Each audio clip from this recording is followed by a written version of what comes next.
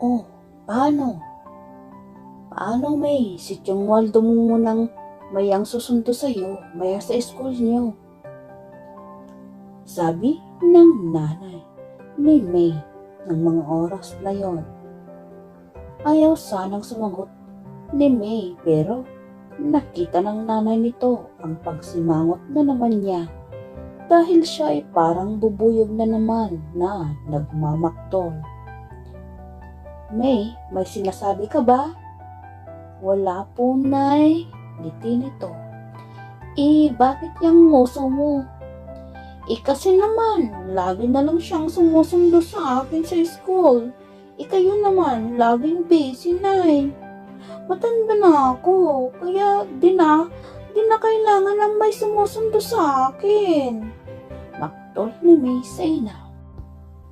Kung tutusin, ayaw niya kasing nandun ang amain dahil nahihiya siya sa mga ka-schoolmate at dahil isa lamang itong nagtitinda ng turon sa mga kalye-kalye at lagi siyang tampulan ng mga usap-usapan sa kanilang school at isa pa, nagsiselos siya at hinahanap ang totoong ama nito dahil pag nakikita niya ang mga kaklase na sinusundo sila ng mga tatay nila, tuwang-tuwa silang samantalang siya, di naman niya tatay ang sumusundo sa kanya, kaya ayaw niya.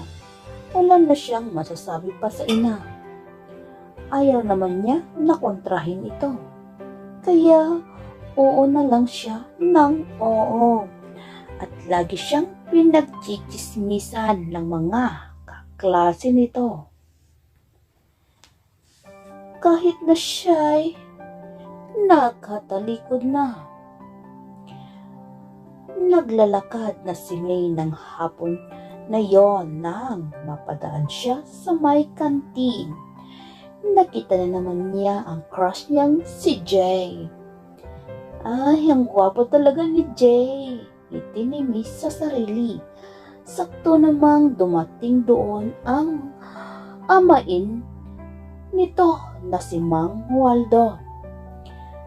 Nasakto sana siyang pupunta sa kinaupuan ni Jay nang tumawag ang tiyuhin nito. Oh May, dito ako. Kaway nito. Wagayway ang kaliwang kamay para makita siya. Nakasimangot na uli si May sa amain. Naonsya siya dahil gusto niya sanang makausap si Jay. Pero andon ang tiyuhin. Ole ka na, mayroon ka bang gustong bilhin sa kantin? Wala na po, Chong. Kala ko ba pupunta ka doon? Doon kasi kita nakita na papasok sana. Di ka na sa kantin, ituro mo sa akin ang bibilhin ko. Wala nang nagawa si May. Pumunta sila sa loob ng kantin. Nang makita siya ng mga umpukan ng mga kaklase. Doon na nakaupo, nag-uusap-usap ang mga ito. At nang makita na naman siya. O diba, si May yan? At yan yung pangalawang ama niya, ano? Oo, wika naman ng isa. Di bang tatay niya nagtitinda ng turon sa kalye? Ba't dito pa siya nag-aaral? Ang hirap ng buhay nila. Buti na kaya nilang paaralan dito, ano?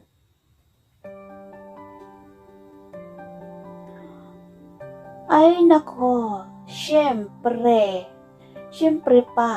pag ano ang ina, ganon din ang anak. Kaya, tiyak, magtitanden din ng turon yan pagdating ng araw. Tawa ng mga ito sa kanya. At sila'y nag-aapiran pa.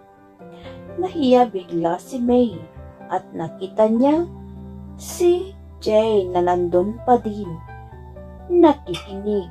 Di maiwasan na magtama ang kanilang mga mata. Ngumiti si Jay kay May pero patay mali siya na lang si May sa bayo ko. Nahiya siya at mabilis na umalis doon sa lugar.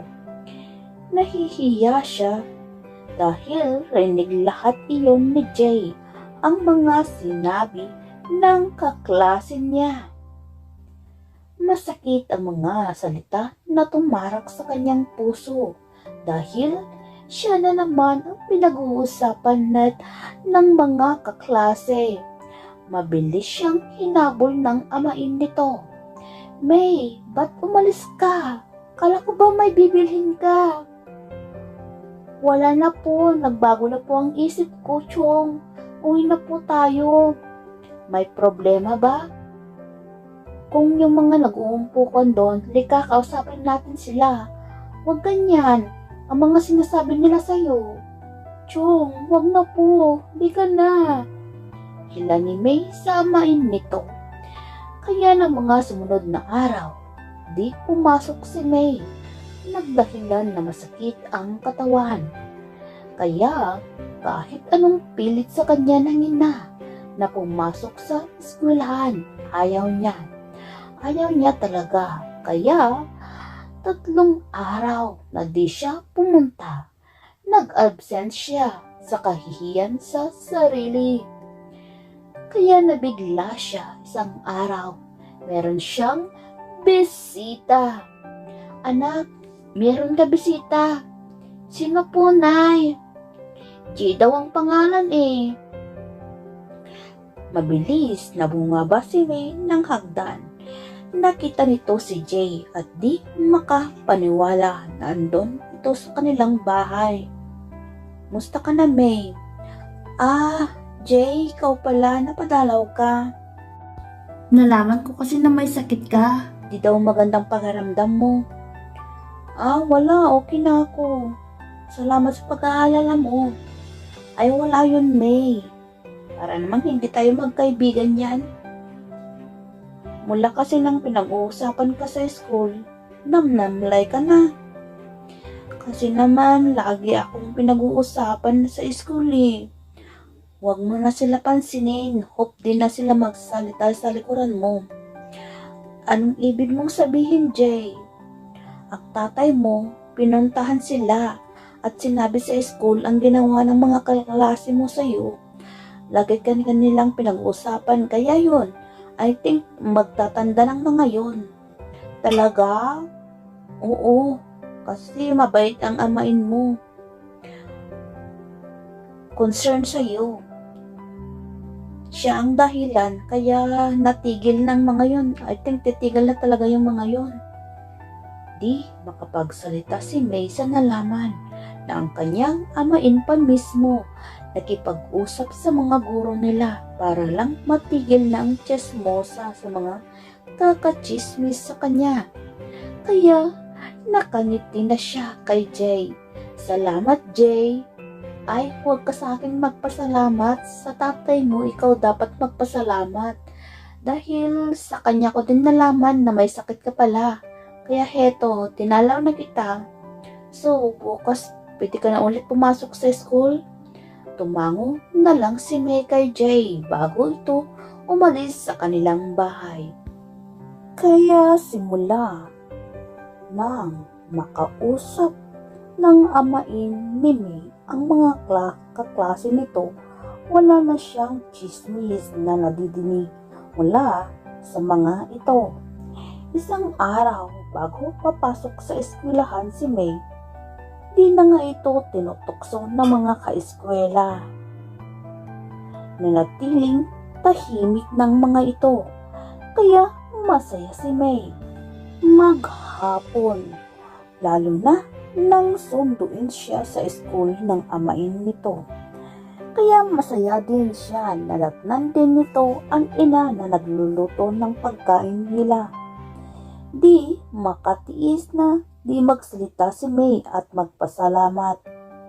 Nay, bakit anak? May problema ba? Wala naman po, Nay. Salamat nga po pala, Chong, sa mga sakripisyo niyo sa amin ni Nay. Napakabuting po niyo dahil sa pagtitindan niyo ng turon sa kalye na itataguyod ang aking pag-aaral. Ngayon ko napagtanto ang kahalagahan po ninyo. Malaking tulong po kayo sa amin ni Inay. May namumuong luha sa mga mata nito habang ito'y nagsasalita. Walang anuman yun, May. Ang isipin mo na lang, mag-aral kang mabuti para sa kinabukasan mo. Malay mo, pagdating ng araw, makaahon ka din at di na kami nagtitinda ng turon. Mahinahong ngiti at wika ng amain ni May sa kanya. Kaya yumakap si May sa ina. Di maiwasan na mapangiti dahil lahat para sa kanya ang ginagawang ng ina nito para mapabuti ang kapakanan nito. Hala, sige, kain na tayo. Baka malamig ng pagkain, tawa ng ina ni May. Kaya masaya silang nagsalo-salo na kumain sa hapagkainan. At wala nang hahanapin pa si May. Kontento na siya kung anong meron sila sa buhay. Kaya nagpursiguldo siyang mag-aral mabuti. Pinahalagahan nito ang sakripisyo ng amain para siya ay makapagtapos ng pag-aaral dahil sa turon ng amain nito. Hello guys! Salamat sa pakikinig at panonood sa video nito. At sana may napulot kayong aral na dapat makontento kayo kung ano ang meron kayo. Salamat sa inyong lahat. Have a nice day. Simula ng pangyayaring yon, umalis na uli si Layla ng ibang bansa, lumayo at makalimot. Dumaan ang araw, taon. Naisip ni Layla na umuwi na sa Pinas dahil magbabang luksa naman na siya. Matagal na ding panahon na wala si Mark, kaya kailangan na niyang mag-move on at harapin ang kanyang bukas. Habang sa bandang dako, kausap ni George si Ray. Pare, meron bang nagkakatuluyan na magbayaw at maghipag? Ano bang tanong yan, pre? Tiyuhin nga nagkakatuluyan, yan pa kayang maghipag magbayaw? Basta alam mong nagmamahalan kayo, edi go, kaysa naman buruhin mo ang sarili mo. Wala naman na ang kuya mo, diba? So, ano pang ginagawa mo? Edi go, ligawan mo ang hipag mo. Panay ka biro, pare. Pakamot ni Riz sa ulo nito. Nakangiti din si George sa kalokohan ng kaibigan. Pero tama nga naman ito. Oras na siguro para sundan nito ang tinitibok ng puso niya. Mahal niya talaga si Layla, kaya gagawin niya ang lahat. Kaya nakipagkalas na siya kay Aida na kanyang girlfriend. Total, wala naman na patutunguhan ang relasyon nila. Kaya may nabuo na balak si George sa kanyang birthday.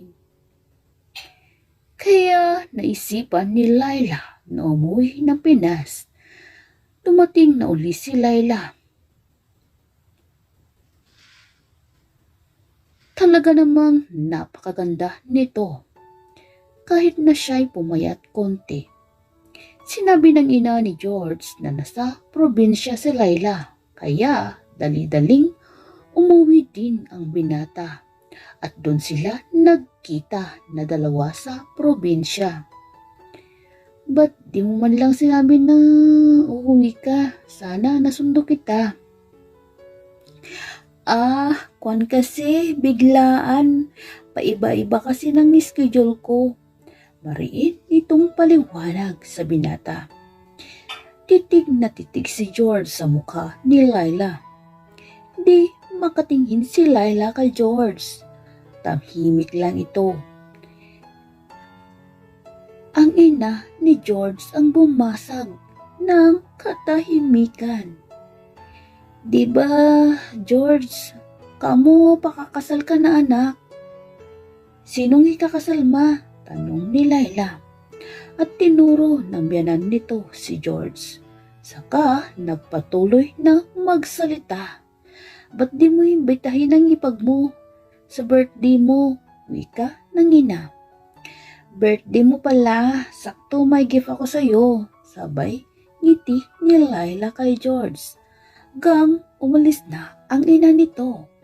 Pagkatapos bumalik dahil may naalala. Nakalimutan pa na sasabihin. Dito ka na lang matulog ha, Laila, para naman makapagpahinga ka. Okay po, mama. Masayang tugon ni Laila. Kaya tuwang-tuwa si George na doon matutulog si Laila. Kaya nakapag-ayos na silang lahat at kumain na ng hapunan. Asikaso ni George si Laila. Si George ang nagluto. Kung kulang na lang, subuan niya ito. Galing ka naman pala magluto, George. Tiyak mabubusog lalong magiging asawa mo. Tuwang wika ni Laila. Di naman, Laila. Nag-e-eksperimento lang kasi ako ng mga lulutuin. Nagkatinginan ang dalawa. Sabay ngiti. Eksperimento pa ba yan? Tawa nito kay George. Kaya di may iwasan na tignang mabuti si Laila. Kinagabihan, natulog na ang ina ni George at naiwan sila, Laila at George sa sala. Pero nagpapakiramdaman silang dalawa at lumabas na lang si Laila para magpahangin. Di niya alam sumunod pala si George sa kanya.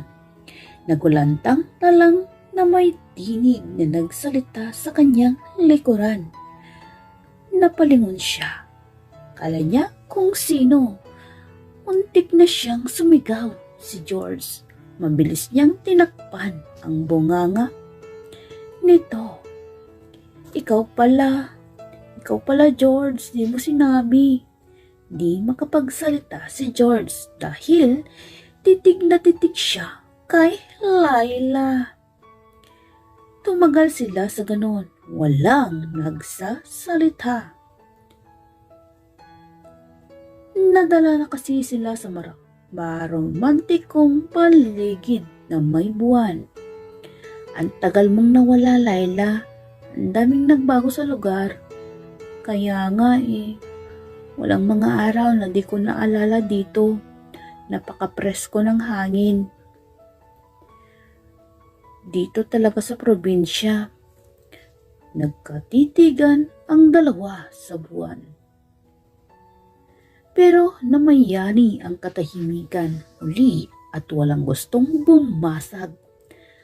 Nagsasalita sa mga ito. Ginagap ni George ang kamay ni Laila na parang may gustong sabihin. Nang magsalita ang ina ni George, tinawag sila.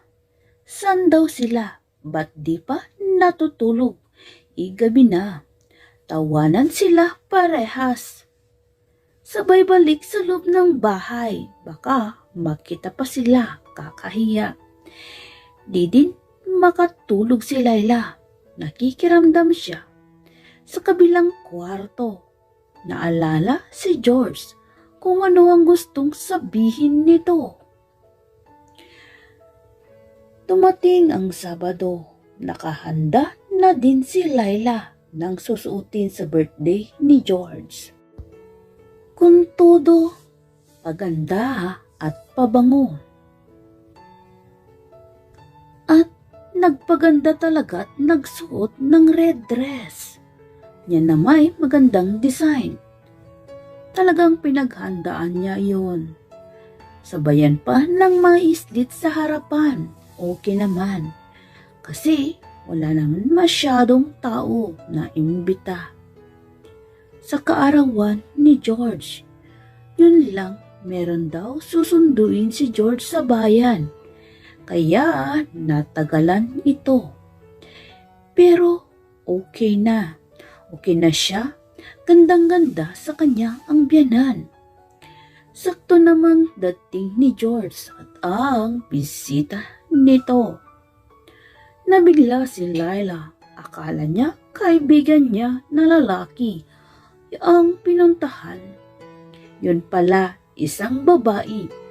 Nakita ni George si Laila. Napahanga ito pero di pinahalata na nagagandahan siya masyado. Nakalimutan niya si Aida na nasa tabi niya.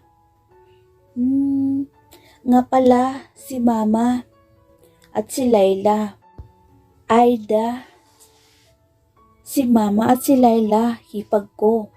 Pagilala nito sa kanila sa babae na kasama nito. Hipag daw. Idi wow. Ano naman ang gusto mong pakilala sa'yo, girlfriend? Nagtatalo, sabi ng isipan ni Laila. Sinuway niya ang sarili. Narinig pala siya ng biyanan na bumubulong. Sinong kausap mo, Laila? Wala ma, wala. Tumawa sa sarili at nagsalita si Laila uli at pakunwaring sinabi. Sabi ko ma, maganday ang girl, kako. Oo, girlfriend ni George, wika ng biyanan. Girlfriend niya yan ma? Kaya pala, nakasimangot si Laila.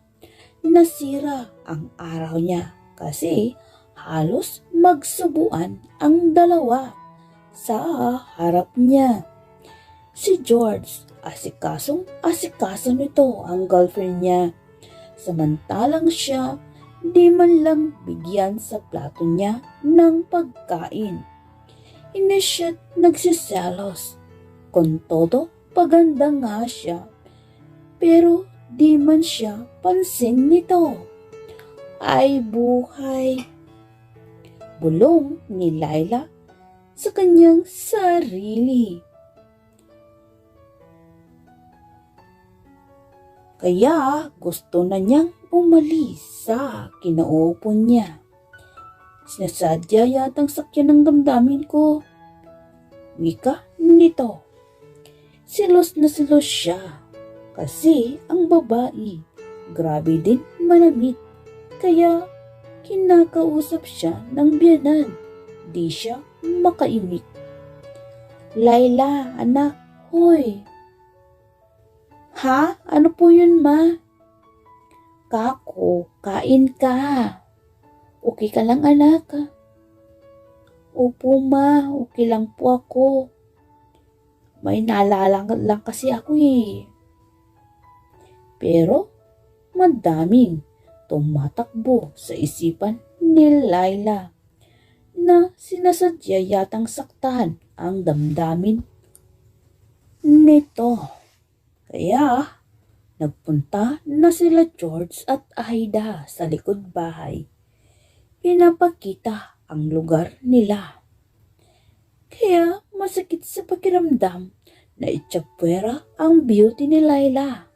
Kaya nagpaalam na siya sa biyanan. Ma, uwi muna ako. Iba kasi ang pakiramdam ko eh. Inom ka gamot, tika, ikukuha kita. Huwag na po ma, salamat lang po. Okay, sasabihin ko muna kay George na alis ka na. Ma, huwag na po. Sabay tayo at tumayo na si Laila at dali-daling umalis na sa lugar. Ayaw niya makita ang dalawa. Nagsiselos siya kaya sumakay na siya ng tricycle pauwi ng bahay nila. Buti sa bahay nila, solo niya. Solo niya yon. Yon ang bahay nila. Nilang dalawa ni Mart. Meron siyang kasama doon ang pamangkin. Kaso umuwi sa magulang kasi Sabado. Kaya nang nakauwi siya, binuhos niya ang sakit sa dibdib. Di niya kaya kumuha siya ng inumin at uminom. Di pa siya nakontento, malinsangan na siya. Kaya lahat ng gamit niya inalis na ni Layla at siya'y humilata sa couch sa kahiluan. Umiikot na kasi ang paningin nito. Sa kabilang dako, di na nag-aksaya si George. Sinabi kasi ng ina nito na umalis na si Layla. Iba daw ang pakiramdam. Nahihilo daw ito. Kaya kahit may bisita si George, iniwan niya lang para masundan si Layla. Di bale, meron daw susundo dito. Kaya sumunod siya kay Layla sa bahay ng kuya niya. Tawag ng tawag si George sa labas. Walang tao na sumasagot. Nag-alala na si George kaya pumasok siya sa loob ng bahay. Meron naman susi ang nanay niya sa bahay ng kuya niya. Buti nakuha niya yon kanina. Kaya dali-daling binuksan ni George ang pintuan at tumambad sa kanya ang mga gamit ni Layla na kung saan-saan na nandun nagkalat. Hinahanap ng tingin niya si Layla. Tinatawag niya ito, walang sumasagot. Nang mapadako ang paningin nito sa may couch, kaya dali-daling pinuntahan ni George. At iyon nga, tumambad sa kanyang harapan. Alam niyo na, si Layla andon, natutulog ito. Napanganga si George, napahanga siya kay Layla.